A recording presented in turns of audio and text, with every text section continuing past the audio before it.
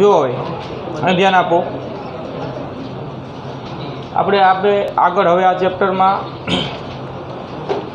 ગતિ દરમિયાન બરાબર પદાર્થનો વેગ કે પદાર્થનો પ્રવેગ બરાબર આવી રાશિઓ હવે ભણશું। હવે જો વાત એવી છે કે કોઈ પદાર્થ આમ ગતિ કરતો હોય, કોઈ પણ પદાર્થની એવી અનિયમિત ગતિ ધ્યાનમાં લઈ લો તો હવે ગતિ દરમિયાન કોઈ ક્ષણે એનો વેગ કેટલો છે, કોઈ ક્ષણે બરાબર જે તે ક્ષણે વેગનું મૂલ્ય, કોઈ ક્ષણે એનો પ્રવેગ કેટલો છે, આવી રાશિઓ આપણે શોધવાની હોય તો એના માટે આપણે ગણિતનો ઉપયોગ તો કરવો જ પડે। અત્યાર સુધી પણ આપણે કોઈ પણ સોલ્યુશન માટે મેથેમેટિકનો ઉપયોગ કરીએ છીએ, ભૂમિતિ છે કે જે તે પાયથાગોરસનો પ્રમેય છે, આ બધી હકીકતો। એવી રીતે હવે આપણે ગણિતનો એક અન્ય ટોપિક જેને કહેવાય વિકલન, એનો પણ ઉપયોગ બરાબર પદાર્થના જે તે ક્ષણે વેગ કે પ્રવેગ શોધવા માટે કરવાનો છે। તો એ વિકલન શું છે, એ વિકલન કેવી રીતે થાય, એમાં કયા સૂત્રોનો ઉપયોગ કરવો બરાબર, એ વસ્તુ પહેલાં આપણે જોવી પડશે। એ ધ્યાનમાં રાખશો, એ આવડશે તો પછી તમે વેગ પ્રવેગ જેવી રાશિઓ વિકલનની મદદથી આગળ મેળવી શકશો। અને એ આટલા પૂરતું નથી, એ બરાબર આ વાત આની પહેલાંના ચેપ્ટરમાં આવશે, તમે જે ભણો છો એમાંય, અને આગળ પણ બરાબર જ્યાં જ્યાં આપણે કોઈ રાશિનું તાક્ષણિક મૂલ્ય કે જે તે ક્ષણે મૂલ્ય શોધવાની જરૂરિયાત ઊભી થશે, અહીંયા આપણે વિકલનનો ઉપયોગ કરીશું બરાબર। જો કોઈ બસ એક સ્ટેશનેથી ઉપડે છે, એક રસ્તા પર રોડ ઉપર ગતિ કરતી જઈ રહી છે। હવે તમે વિચારી શકો કે જેવો રસ્તો એ પ્રમાણે એનો વેગ હોય, રસ્તો સારો હોય તો વેગનું મૂલ્ય વધારે હશે, રસ્તો ખરાબ હોય તો વેગનું મૂલ્ય ઓછું હશે। વચમાં ક્યાંક રેલવે ફાટક આવીને ફાટક બંધ છે તો અહીંયા બસને ઊભી રાખવી પડી હોય તો અહીંયા વેગનું મૂલ્ય શૂન્ય હોય બરાબર। તો હવે તમને કોઈ એક સ્થાનેથી અન્ય સ્થાને કોઈ પદાર્થ આમ ગતિ કરતો જઈ રહ્યો હોય, એ બસ જઈ રહી છે, હવે તમને એવું પૂછે કે જે તે કોઈ ક્ષણે એનો વેગ કેટલો, તો એનો જવાબ આપવો હોય તો એ તમે કોઈ ચોક્કસ પદ્ધતિ જાણતા હોવા જોઈએ બરાબર। જેમ કે 9 વાગે બસ આ સ્ટેશનેથી ઉપડી અને 10 વાગે કોઈ અન્ય સ્ટેશને પહોંચે છે, ગતિ 9 થી 10 વચ્ચેના ગાળામાં છે એ તમને ખબર છે। હવે તમને એવું પૂછે કે એક્ઝેક્ટ 9:30 વાગ્યા હોય જ્યારે ગતિ દરમિયાન 9:30 વાગ્યાની ક્ષણે એ બસનો વેગ કેટલો, આવો પ્રશ્ન આપણને કરે તો એના માટે આપણી પાસે કોઈ પદ્ધતિ હોવી જોઈએ બરાબર। સરેરાશ વેગ શોધવા માટે તો આપણે અહીંયા ગણતરી કરી ગયા। સરેરાશ વેગ શોધવો હોય, સરેરાશ વેગ અને વેગની વાત જુદી છે। સરેરાશ વેગ શોધવો હોય તો આપણે સ્થાનાંતર છેદમાં શું કરીએ, સમયગાળો। સ્થાનાંતર એટલે પ્રારંભિક સ્થાન અને અંતિમ સ્થાન વચ્ચેનું મિનિમમ અંતર, આપણે આ ગણતરી કરી ગયા, એ સ્થાનાંતર મળી જાય। અને જે સમય લાગ્યો હોય 9 થી 10 વચ્ચે 1 કલાક લાગી તો એ સમયગાળો છેદમાં આવશે, તો આને કહેવાય સરેરાશ વેગ, સ્થાનાંતર છેદમાં સમયગાળો। પણ કોઈ ક્ષણે વેગ 9:30 9:30 વાગ્યાની ક્ષણે એક્ઝેક્ટ બસ જ્યાં પહોંચી છે ત્યાં એનો વેગ કેટલો, આવો પ્રશ્ન કર્યો આપણને તો એ કંઈ આપણે આ રીતે શોધી શકશું નહીં બરાબર। એ ક્ષણિક વેગ થયો, જે તે ક્ષણે વેગ થયો, એ શોધવા માટે આપણે કોઈ ચોક્કસ પદ્ધતિ જોઈએ, કોઈ ગાણિતિક પદ્ધતિનો ઉપયોગ કરવો જોઈએ। તો એમાં આપણે જે મેથેમેટિક કે જે ગણિતની હકીકત વાપરીશું એ હકીકત કઈ છે, વિકલન છે। તો વિકલન શું છે, વિકલન કેવી રીતે થાય, વિકલન કરતી વખતે કઈ કઈ બાબતો ધ્યાનમાં રાખીશું એ પહેલાં આપણે ભણવું જોશે, પછી ટોપિક આપણે આગળ ભણી શકીશું। તો હવે જો અહીં ધ્યાન આપો, સાદો અર્થ કરીએ વિકલનનો તો વિકલનનો અર્થ થાય સૂક્ષ્મ ફેરફાર। વિકલન એટલે બરાબર, આ વિકલન એક ગાણિતિક ક્રિયા છે, વિકલનનો અર્થ થાય, વિકલન એટલે સૂક્ષ્મ ફેરફાર। સૂક્ષ્મ ફેરફાર એવું બોલો કે સૂક્ષ્મ તફાવત,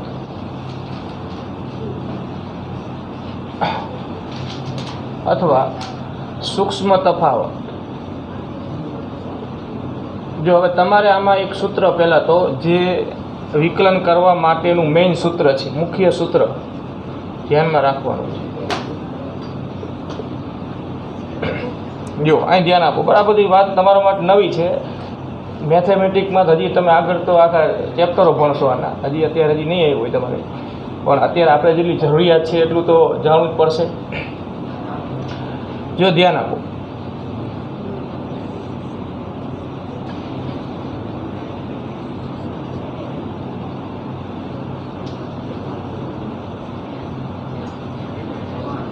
બરાબર. આ સૂત્ર તો બિલકુલ પહેલાં તો યાદ રાખી લેવાનું છે. હવે જો ધ્યાન આપો, આને આપણે વાંચીશું કઈ રીતે, તો કે આ એક્સની એન ઘાત અહીંયા છે અંશમાં, અને આ d/dx છે.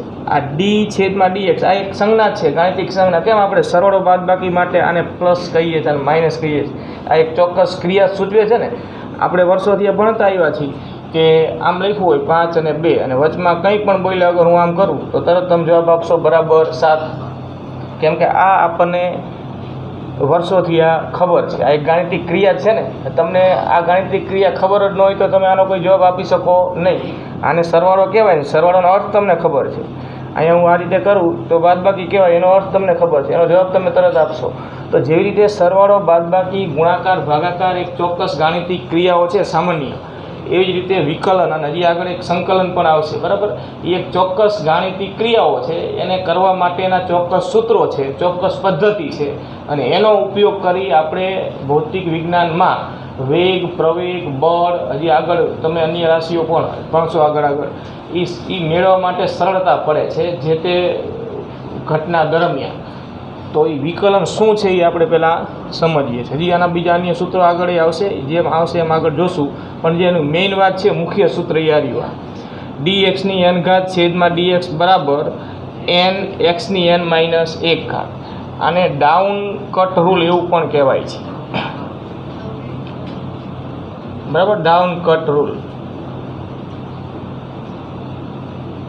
હવે ડાઉન કટ રૂલ એવું નામ એટલા માટે આપ્યું કે જો આ એક્સની એન ઘાત અને આ d/dx અને વચાય આમ એક્સની એન ઘાતનું એક્સની સાપેક્ષ વિકલન. અને આપણે વાંચશું કઈ રીતે? એક્સની એન ઘાતનું એક્સની સાપેક્ષ વિકલન. જેનું વિકલન કરવાનું છે એ પદ અહીંયા આવશે, અને જેની સાપેક્ષ વિકલન કરવાનું છે એ પદ અહીંયા આવશે. તો આને કહેવાય એક્સની એન ઘાતનું એક્સની સાપેક્ષ વિકલન. શું થાય તો કે આ સૂત્ર છે કે ઘાત છે એ આગળ આવે અને એક્સની ઘાત હોય એમાં એકનો શું થાય? ઘટાડો. ડાઉન કટનો બીજો કંઈ નથી, ઘાત ડાઉન થઈ. ડાઉન થઈ એટલે આગળ આમ જો એન ઘાત હતી ને એ ડાઉન થઈ એટલે આગળ ગુણાકારમાં આવી, આ ડાઉન થઈ કહેવાય. અને કટ એટલે હોય એમાં એકનો ઘટાડો. એ અર્થમાં આ રીતે એક નામ આપ્યું છે. ડાઉન એટલે ઘાત આગળ, અને કટ એટલે ઘાત હોય એમાં એકનો ઘટાડો. ધારો કે અહીંયા 2 ઘાત હોય તો અહીંયા 2 આગળ આવે, અને અહીં 2 ઘાતમાંથી એકનો ઘટાડો એટલે 2 - 1. તો એક્સની એન ઘાતનું એક્સની સાપેક્ષ વિકલન આવું થાય, ઘાત આગળ અને ઘાતમાં એકનો ઘટાડો, બરાબર. સૂત્ર છે. આ જે પદ છે આ જેની સાપેક્ષ વિકલન કરવાનું છે એ પદ, જેની સાપેક્ષ વિકલન કરવાનું છે, અને આ જે પદ છે આર્યું ઘાત તો ગમે તે હોય, બરાબર. આ જે પદ છે અહીંયા એ જેનું વિકલન કરવાનું છે, આ જેની સાપેક્ષ વિકલન કરવાનું છે એ પદ છેદમાં, અને જેનું વિકલન કરવાનું છે એ પદ અંશમાં.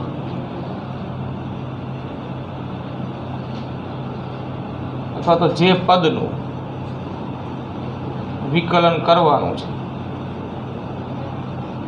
વિકલન કરવાનું છે, બરાબર, એ પદ અંશમાં.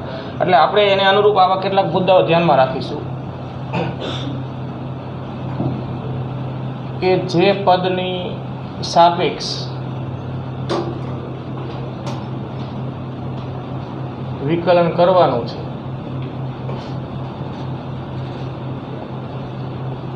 તે પદ છેદમાં, અને જે પદની સાપેક્ષ જે પદની સાપેક્ષ વિકલન કરવાનું છે એ પદ છેદમાં, અને જે પદનું વિકલન કરવાનું છે એ પદ અંશમાં.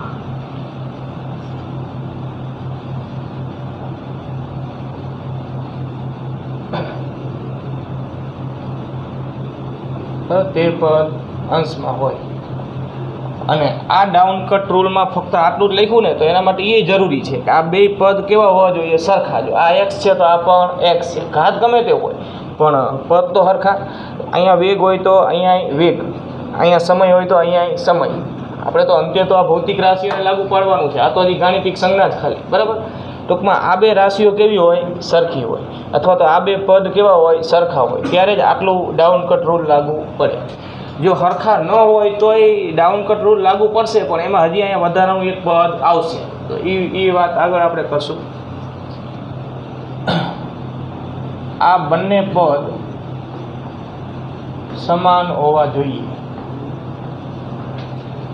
બરાબર. તો આ ડાઉન કટ રૂલ આ ખાસ અગત્યનું સૂત્ર વિકલન માટે. તમને તો પછી ઉપયોગ કરશો એટલે યાદ રહી જશે, પણ આ પહેલાં આપણે યાદ રાખવાનું છે, બરાબર. ઘાત આગળ અને ઘાતમાં એકનો ઘટાડો, આટલું કરી નાખો એટલે આ એક્સની જે એન ઘાત છે એનું વિકલન થઈ ગયું કહેવાય, બરાબર. એના માટે જરૂરી છે કે આ પદ અને આ પદ બે કેવા હોવા જોઈએ? સરખા. જેની સાપેક્ષ વિકલન કરીએ છીએ એ પદ અને જેનું વિકલન કરીએ છીએ એ પદ બે સમાન રાશિઓ હોવી જોઈએ. વેગ તો આ વેગ, આ સમય તો આ સમય, અહીંયા પ્રવેગ હોય તો અહીંયા પ્રવેગ. પછી તો જેવું થિયરી કે જેની આપણે ચર્ચા કરીએ છીએ એ પ્રમાણે આ રાશિઓ આવશે, પણ આ તો એક ગાણિતિક ફોર્મ્યુલા છે, બરાબર. ડાઉન કટ રૂલ, ઘાત આગળ ઘાતમાં એકનો ઘટાડો. આપણે એને અનુરૂપ ઉદાહરણ જોતા જઈએ.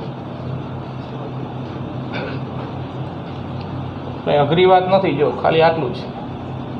હવે મેં આ રીતે લખ્યું કે dx ની 3 ઘાત છેદમાં dx. ડાઉન કટ રૂલ મુજબ આનું વિકલન કરવું છે, તો ઘાત ડાઉન ને ઘાતમાં એકનો ઘટાડો. હા, 3x 3 - 1 આપણે લખીએ અત્યારે, તો બાકી તો સીધું 2 લખી દો તો ચાલે ને. એટલે 3x².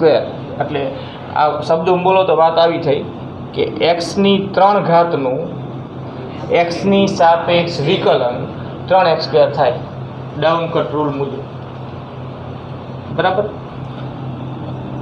આવું લખ્યું જો મેં, dy ની -2 ઘાત છેદમાં dy.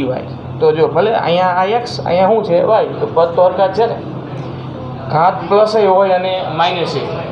સૂત્ર આ જ રીતે વાપરવાનું. અને માઇનસ ઘાત હોય ને તો નિશાની સહિત ડાઉન થાય, એટલે આખું -2 આગળ આવે, નિશાની લઈને આવે. -2 y ની -2 ઘાત -a. જે ઘાત હોય ને એમાં એકનો ઘટાડો, તો -2 ઘાત હતી એમાં એકનો ઘટાડો એટલે -3.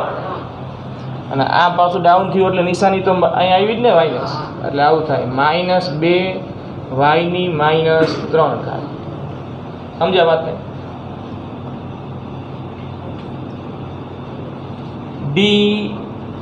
હવે હું કંઈક ઝેડ સંજ્ઞા વાપરું. ચલો, dz આવું છે, જો d/dz અને અહીંયા z² પ્લસ z ની 4 ઘાત 2 છે અહીંયા. એટલે એવું હોય તો બીજું કંઈ ફેર નથી પડતો. આ નિશાની હોય ને અહીંયા, જો જેનું વિકલન કરવાનું છે ને એમાં 2 પદ છે તો બેયનું થાય. જેમ એકનું થતું હતું એમ બેયનું થાય. વચમાં પ્લસનું શું રહેશે? પ્લસ. અહીંયા માઇનસ હોય તો માઇનસ. એ તો જે પ્રક્રિયા છે એમાં આ નિશાનીમાં કંઈ ફેરફાર પડશે નહીં. તો જો આપણે કરીએ, આ ઝેડ છે, અહીંયા ઝેડ ને અહીંયા ઝેડ છે. જેનું વિકલન કરવાનું છે એ પદ અંશમાં અને જેની સાપેક્ષ વિકલન કરવાનું છે એ પદ છેદમાં. રાશિઓ હરખી જ છે જો, એટલે ડાઉન કટ રૂલ મુજબ જ થાય. આ પ્રમાણે જ, આ મૂળ સૂત્ર પ્રમાણે જ. અહીંયા આ એક જ પદ હતું, અહીંયા એક જ હતું, તો આ એકનું જ કરવાનું થયું. અહીંયા 2 છે તો આ બેયના કરવાના થાય. વચમાં પ્લસ નિશાની હોય તો પ્લસ રાખવાની, માઇનસ હોય તો માઇનસ રાખવાની.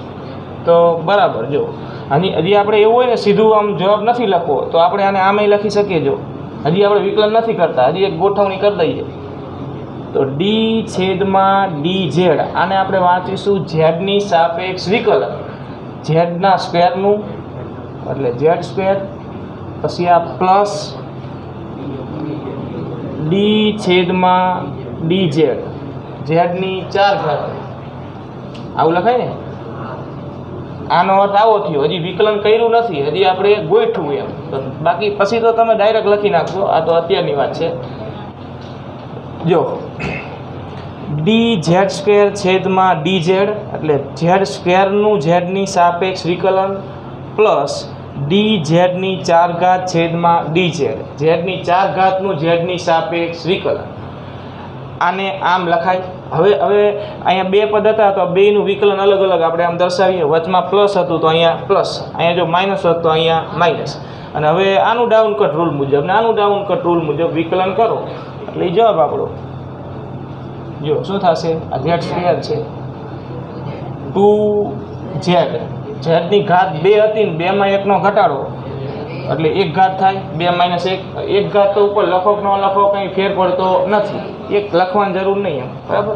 એટલે 2z થાય. ઝેડ સ્ક્વેરનું શું થાય 2z, પછી આ પ્લસ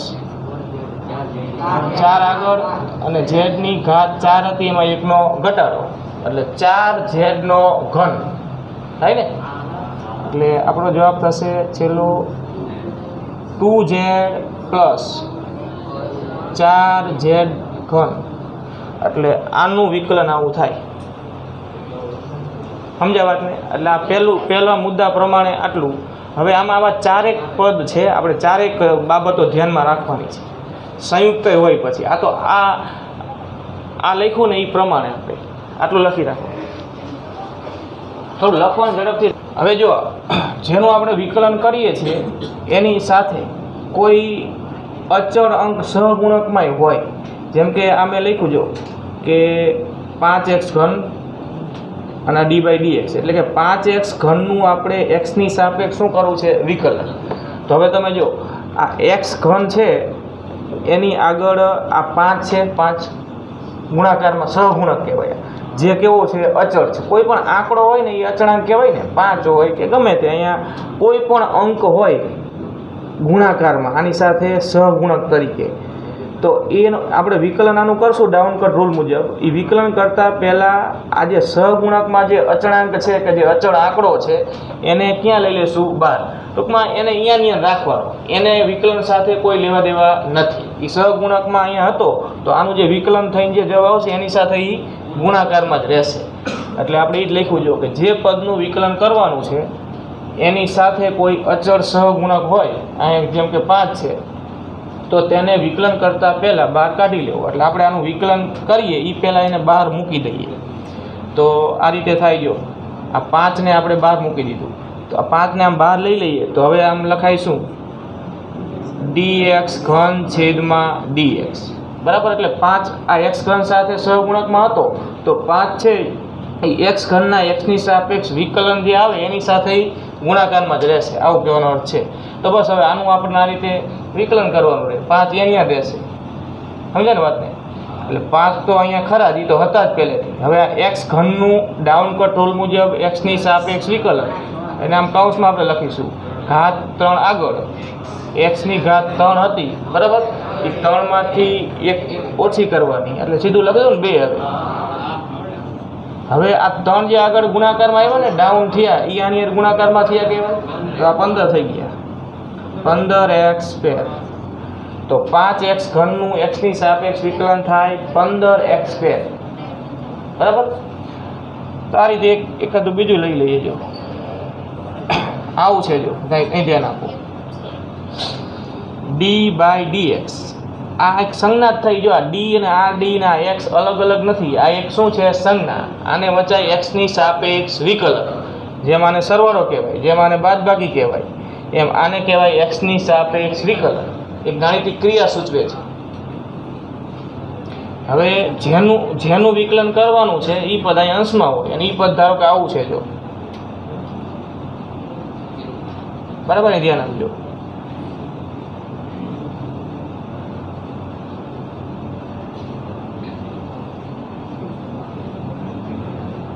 ચાલો આવું મેં લઈ લીધું, બરાબર. હવે જો આ તો તમને ખબર જ છે કે 2 પદ હોય તો 2નું આગળ સહગુણકમાં આંકડો હોય તો અહીંયા રહેશે અને બાકી નિયમ અનુસાર એનું વિકલન થાય. બોલો, જો આપણે એક સીધું વિકલન નહીં તો પછી તમે આમ સીધું કરી દેશો જ્યારે જરૂર પડે ત્યારે. અત્યારે આપણે સ્ટેપ લખીએ, પહેલાં આ રીતે કેમ અલગ અલગ પાડ્યા હતા ને અહીંયા, એમ અલગ અલગ લખીએ તો આવું થશે. જો d આ 2 છે, d 2x-2 છેદમાં dx. આવું થાય. પછી અહીંયા વચમાં માઇનસ છે જો, તો આ તો અહીંયા માઇનસ જ. ડી 3x નો ઘન છેદમાં dx આવું થયું વાત. હવે આ પદના પદનું વિકલન કરવાનું અને એમાંય પાછું આ સહગુણકની વાત હમણાં કરી એ અહીંયા રાખવાનું કે અહીંયા 2 એમને એમ રહેશે. હજી એક સ્ટેપ મૂકવો હોય તો આ રીતે 2 બહાર લઈ લઈએ. dx ની -2 ઘાત છેદમાં dx આવું થયું ને. પછી આ માઇનસ અહીંયા હતું જ, અહીંયા આ 3 ને બહાર મૂકી દઈએ. dx ઘન છેદમાં dx 2 અહીંયા કાઉન્સમાં આનું વિકલન તો ઘાત -2 છે, -2 આગળ ઘાત -2 છે એમાં 1 નો ઘટાડો -3 આ વાત પૂરી આની. માઇનસ અહીંયા સહગુણક 3 હતો એ બાર એમના એમ અહીંયા રાખી દઈશું. ઘાત 3 આગળ બરાબર. તો બસ આ જવાબ થઈ જાય. હવે આ ગુણી નાખો તો -4x ની -3 ઘાત -9x2 આ જવાબ બરાબર. તો આ રીતે અને આગળ વધજો. એના પછીનું કે માત્ર એકલો અચળાંક હોય. અચળનો અર્થ આપણને ખબર હોય. અચળનો અર્થ થાય કે એમાં ફેરફાર થાય નહીં, અને વિકલનનો અર્થ જ છે કે સૂક્ષ્મ ફેરફાર કે ની સાપેક્ષ થતો ફેરફાર. જો અચળ પદ હોય તો એમાં ફેરફાર થવાનો જ નથી, તો એનો અર્થ એનું વિકલન શું થાય? શૂન્ય થાય. વિકલનનો અર્થ જ થાય કે ની સાપેક્ષ થતો ફેરફાર. જો કોઈ પદ અચળ છે આપણને ખબર છે તો એમાં ફેરફાર થવાનો નથી. અચળ એટલે જેમાં ફેરફાર ન થાય એ શું કહેવાય? અચળ. તો એમાં ફેરફાર નથી થવાનો એનો અર્થ કે એનું વિકલન કે એમાં સૂક્ષ્મ ફેરફાર શૂન્ય આવે. વિકલનનો અર્થ થાય સૂક્ષ્મ ફેરફાર. કોઈ પણ એકલો અચળાંક હોય ને તો એનું વિકલન શું થાય? શૂન્ય. આ ધ્યાનમાં રાખો. અચળ પદનું વિકલન શૂન્ય થાય કોઈ પણની સાપેક્ષ. બરાબર. અચળ જ છે એનો કોઈ પણની સાપેક્ષ કંઈ ફેરફાર થતો નથી.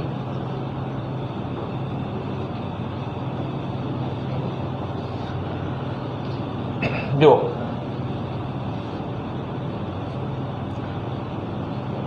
આવું લખ્યું મેં d/dx x ની સાપેક્ષ વિકલન, અથવા એને આમે વચાય કે x ની સાપેક્ષ થતો સૂક્ષ્મ ફેરફાર. વિકલનનો અર્થ આવો થાય.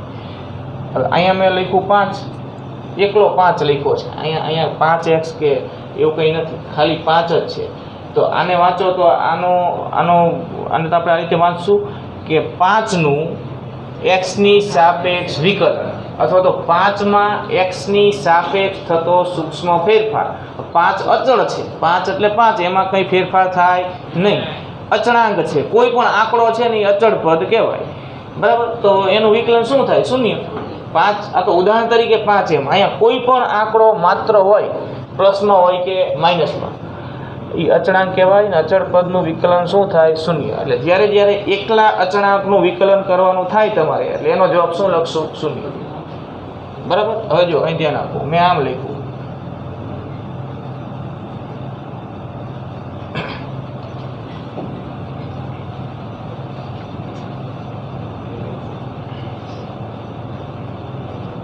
dq. આ q સંજ્ઞામાં એક વાત કરીએ. dq છેદમાં dx. આ q અચળ છે એવું આપણને કહી દીધું છે. q જે પણ કંઈ છે, કોઈ અંક હોય કે કોઈ રાશિ પણ હોય. q ની જગ્યાએ કોઈ આંકડો વિચારી શકાય, q ની જગ્યાએ કોઈ ભૌતિક રાશિ વિચારી લો કે જે અચળ છે, એમાં ફેરફાર થતો નથી. q અચળ છે. q અચળ હોય તો q નું x ની સાપેક્ષ વિકલન શું થાય? શૂન્ય થાય. અચળનું વિકલન શૂન્ય બરાબર 0. અચળાંકનું વિકલન શું થાય? શૂન્ય થાય ટૂંકમાં. બરાબર. એ તો પછી જ્યાં આપણી પાસે કોઈ પ્રશ્ન હશે, કોઈ ઘટના આપણે ભણતા હશું, એમાં આપણને ખબર હોય કે આ રાશિ છે આ ઘટના દરમિયાન બદલાતી નથી, તો એનું વિકલન કરવાનું થાય તો એ 0 લખીશું ટૂંકમાં. બરાબર. એ તો પછી આ તો ઉદાહરણ તરીકે આપણે લખ્યું. આવું જ્યારે કોઈ અચળ પદનું વિકલનની વાત આવે એનો જવાબ આપણે શૂન્ય લખીશું.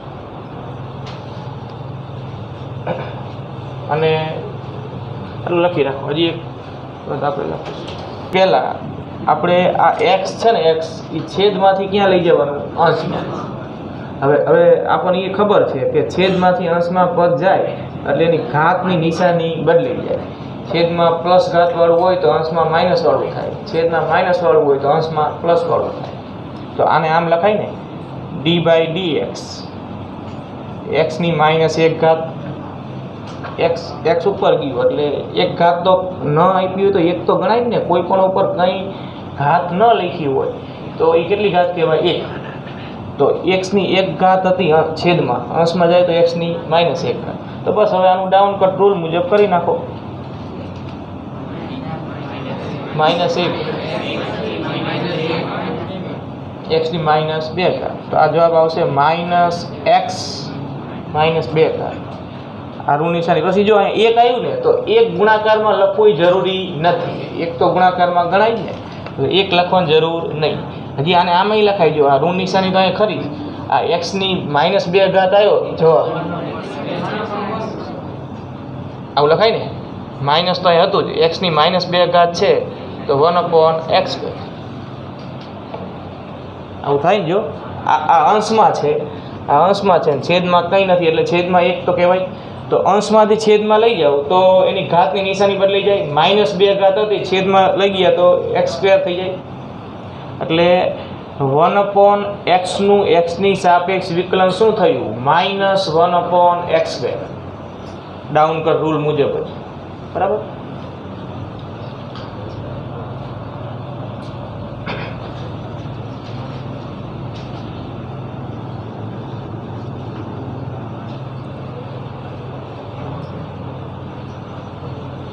અને આને અનુરૂપ નહીં પણ એક અન્ય ઉદાહરણ આપણે આવું લઈએ. આવું હોય આમ dx બાય dx, જવાબ શું આવે? એક આવે. x નું x ની સાપેક્ષ વિકલન શું થાય? એક થાય. ડાઉન કટ રૂલ મુજબ આપણે ચેક કરીએ. x ની કઈ ઘાત નથી એટલે એક ઘાત. x નું x ની સાપેક્ષ વિકલન થયું. ડાઉન કટ રૂલ મુજબ કરો તો ઘાત એક આગળ. પહેલાં લખીએ આપણે આ રીતે, બે ઘાત આગળ અને એક્સની ઘાત એક હતી ને એમાં એકનો ઘટાડો. એટલે એક્સની ઘાતમાં એકનો ઘટાડો એટલે અહીંયા એક તો લખવાની જરૂર નહીં. એક્સની કેટલી ઘાત? 0 ઘાત. અને કોઈ પણની 0 ઘાત બરાબર 1. કોઈ પણ આંકડો ગમે એટલો મોટો લખ્યો હોય, ઉપર ઘાત 0 મૂકી દો તો એનો જવાબ શું થાય? 1. કોઈ પણની શૂન્ય ઘાત નો જવાબ 1 થાય. બરાબર. અને આ જે લખ્યું એને શબ્દોમાં લખો તો એક્સની સાપેક્ષ વિકલન 1 થાય.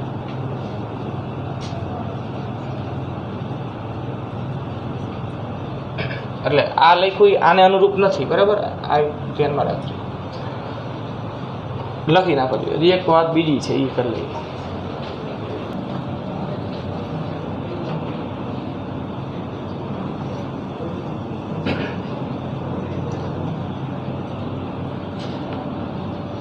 જો કોઈ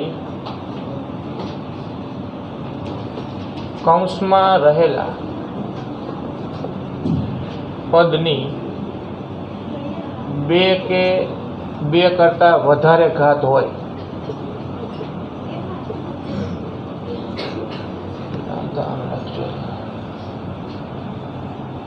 બે કે 2 કરતાં વધારે ઘાત હોય તો પહેલા કૌંસનું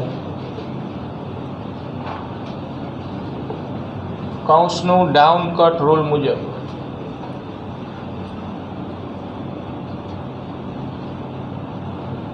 વિકલન કરવું અને ત્યારબાદ કૌંસની અંદરના પદના વિકલન ગુણાકારમાં લખવા.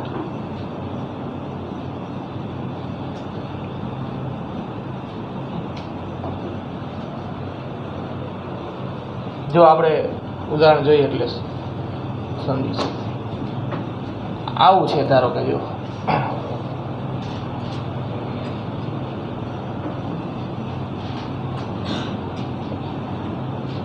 d/dx અને આપણે જેનું વિકલન કરવાનું છે એ પદ આવું છે x² + x ઘન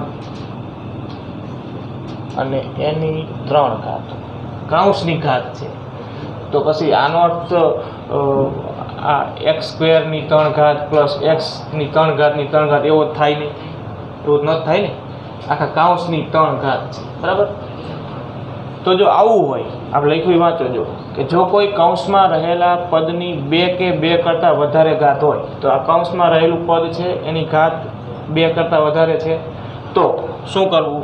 તો કે પહેલાં કૌંસનું ડાઉન કટ રૂલ મુજબ વિકલન કરવું. આટલું આપણે કરીએ આખા કૌંસનું, એમ આખા કૌંસનું ડાઉન કટ રૂલ મુજબ. એટલે આખા કૌંસની જે ઘાત છે ને એ આગળ ડાઉન થશે અને આખા કૌંસની ઘાતમાં એકનો શું થશે? ઘટાડો. તો પહેલાં એટલું કરો, 3 ઘાત આગળ કૌંસમાં જે પદ છે એમને લખી દેવાના, અંદરના પદ જ નહીં જોવાના. આખો કૌંસ અંદર પેક જ છે હજી, x² અને x ઘન એ એમને મળે. એની ઘાત જે 3 હતી અહીંયા ગુણાકારમાં અને એની ઘાત જે હોય એમાં એકનો ઘટાડો કૌંસની ઘાતમાં. અંદરના ઘાતની વાત નથી, અંદરના પદની ઘાતની વાત નથી. પહેલાં આખા કૌંસનું ડાઉન કટ રૂલ મુજબ વિકલન. કૌંસની અંદર જે પદ છે એ ઉપર હતા એમને જ મૂકવાના, 3 આગળ અને આ કાઉન્સ જે હતો અંદરના પદ એમને જ રાખ્યા અને એ કાઉન્સની ઘાત જે છે એમાં એકનો ઘટાડો. 3 હતી એટલે એ ઘાત 2 થઈ જશે, ડાયરેક્ટ 2 મૂકી દેવું હોય. હજી આ પૂરું નથી થઈ ગયું, આનો જવાબ આ થાય નહીં, હજી બાકી શું? તો કે ત્યારબાદ કાઉન્સની અંદરના પદના વિકલન, કાઉન્સની અંદરના પદના વિકલન ગુણાકારમાં લખવા. તો આ કાઉન્સની અંદરના પદના વિકલન x² નું x ની સાપેક્ષ વિકલન જે આવે અહીંયા ગુણાકારમાં લખવું પડે અને x ઘનનું x ની સાપેક્ષ વિકલન જે આવે એ ગુણાકારમાં લખવું પડે આની સાથે. તો હવે તો આપણને ખબર છે કે x² નું x ની સાપેક્ષ વિકલન શું થાય એ પછી આપણે ડાયરેક્ટ લખીશું. હવે 2x અને x ઘનનું x ની સાપેક્ષ વિકલન 3x². તો બસ આ જવાબ થાય. પછી આને ગોઠવી દઈએ. જો અહીંયા 2 3 આ બધું ગુણાકારમાં, આ 3 આ 2 અને આ 3 ગુણાકારમાં થયા એટલે 3 તરી 9 દુ 18. આ પાછું લખવાનું x² + x ઘન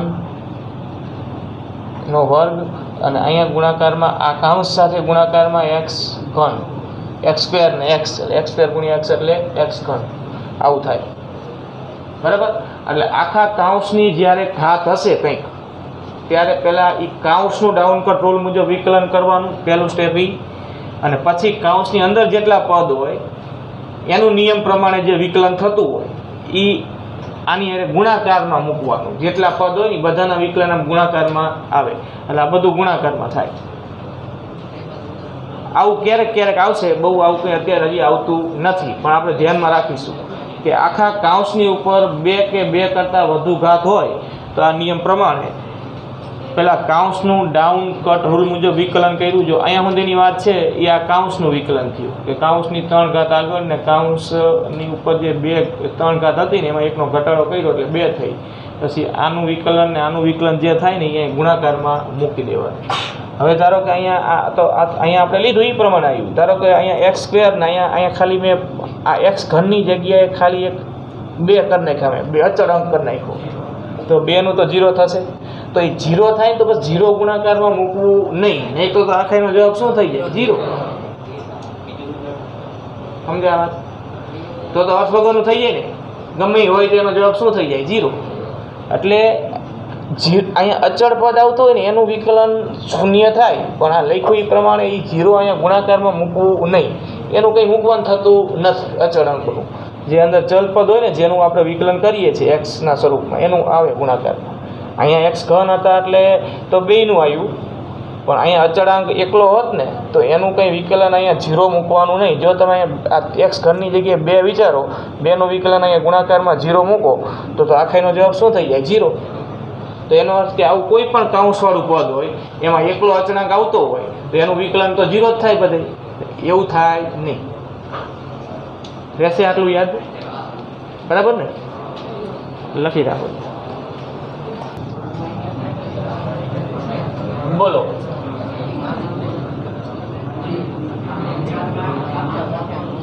ચાર પહેલા તો કાઉન્સનું લખવાનું ને, 4 આગળ, પછી કાઉન્સની અંદરના પદ એમને મૂકી દેવાના. આ કાઉન્સનું કરો ને ત્યારે અંદરના પદને કંઈ ફેરફાર કરવો નહીં. y ની -2 ઘાત પ્લસ 5, બરાબર? 5 છે અને અહીંયા 3 ઘાત કાઉન્સની. હવે અંદરના પદનું વિકલન અહીંયા ગુણાકારમાં, તો આમ જો માઇનસ ઘાત હોય ને તો પાછું કાઉન્સ કરવું. અહીંયા ગુણાકારમાં માઇનસ દર્શાવવા માટે કાઉન્સ જોઈએ. -2y ની -3 ઘાત, બસ વાત પૂરી. આ 5 નું 0 લખવાનું નહીં તો બધે હરખું જ થઈ જાય. હવે જો હવે આને આપણે આ બધું ગુણાકારમાં કહેવાય. આ 4 ને -2 તો 4 દુ 8, ઋણ નિશાની આગળ લખી દઈએ. y ની -2 ઘાત પ્લસ 5, 3 ઘાત, અને હજી અહીંયા વધી y ની -3 ઘાત. હજી આને આમાંય લખાઈ દો 8, y ની -2 ઘાત પ્લસ 5 ની 3 ઘાત, અને આ y ની -3 ઘાત ગુણાકારમાં છે અને છેદમાં લખું તો y ઘન, બરાબર? તો એનું વિકલન આવું થાય.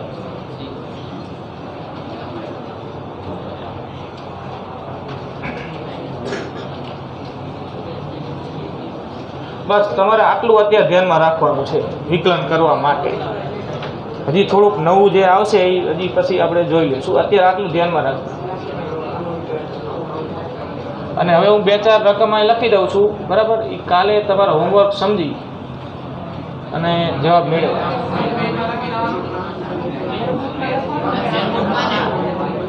ના, એ 3 પેજમાં લખવાની જરૂર નથી, તમારે કોઈને આપવાની જરૂર નથી, તમારે ટ્રાય કરવા માટે. બાકી રેગ્યુલર હોમવર્ક તો અત્યારે પરીક્ષાનું આવે છે ને તમારે, એટલે એવું રેગ્યુલર નથી આ, પણ આ થોડીક પ્રેક્ટિસ માટે હું 3-4 અહીંયા રકમ લખી દઉં છું. એ લખી દો અને જવાબ મેળવજો, બરાબર? x ની સાપેક્ષ વિકલન કરો. x ની સાપેક્ષ વિકલન કરો. પહેલું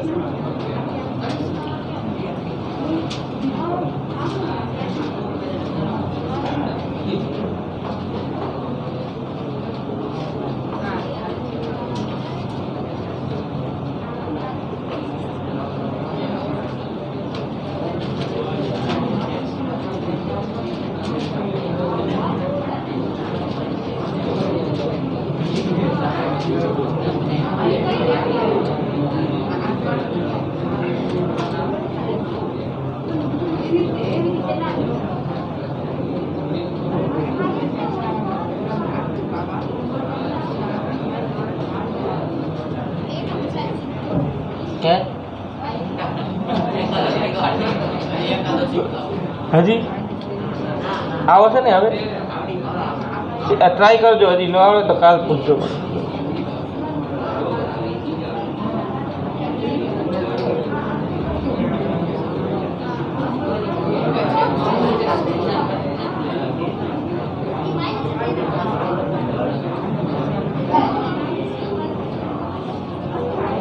જો આ મેં કંઈક આવું લખ્યું, 2x ઘન plus x² plus y. x ની સાપેક્ષ વિકલન કરો છો ને તો y તો શું કહેવાય? અચળ કહેવાય. તમે x ની સાપેક્ષ વિકલન કરતા હોય તો અહીંયા y કેવો ગણવાનો? અચળ. અચળનું વિકલન શૂન્ય થાય. આ y લખ્યો છે તો y નું વિકલન કરવાનું થાય, શું લખવાનું? 0. સમજાય વાત ને? એટલે આ ત્રણેક ટ્રાય કરજો.